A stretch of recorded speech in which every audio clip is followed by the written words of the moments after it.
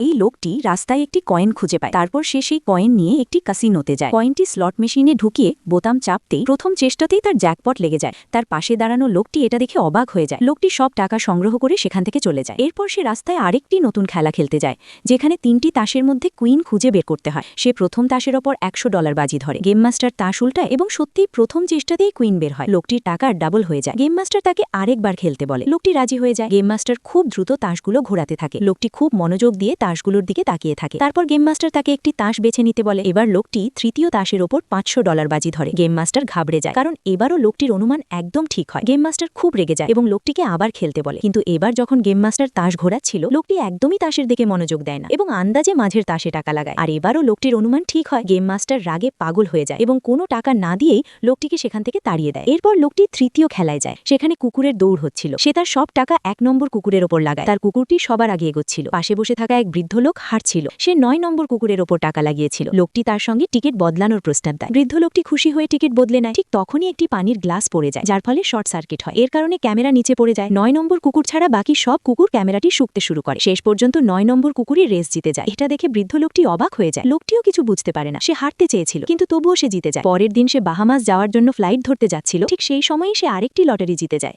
যার কারণে তার ফ্লাইট মিস হয়ে যায়। যখন সে নিজের অফিসে পৌঁছায়, তখন খবরের মধ্যে দেখে যে ফ্লাইটে সে ওঠার কথা ছিল সেটি দুর্ঘটনায় পড়েছে এবং তাতে থাকা সব যাত্রী মারা গেছেন। আবারও তার ভাগ্য তাকে বাঁচিয়ে নেয়। আপনার কি মনে হয়, এটা কি শুধুই অদ্ভুত কাকতালীয় ঘটনা, নাকি এই লোকটির ভাগ্য সত্যিই অসম্ভব রকমের শক্তিশালী?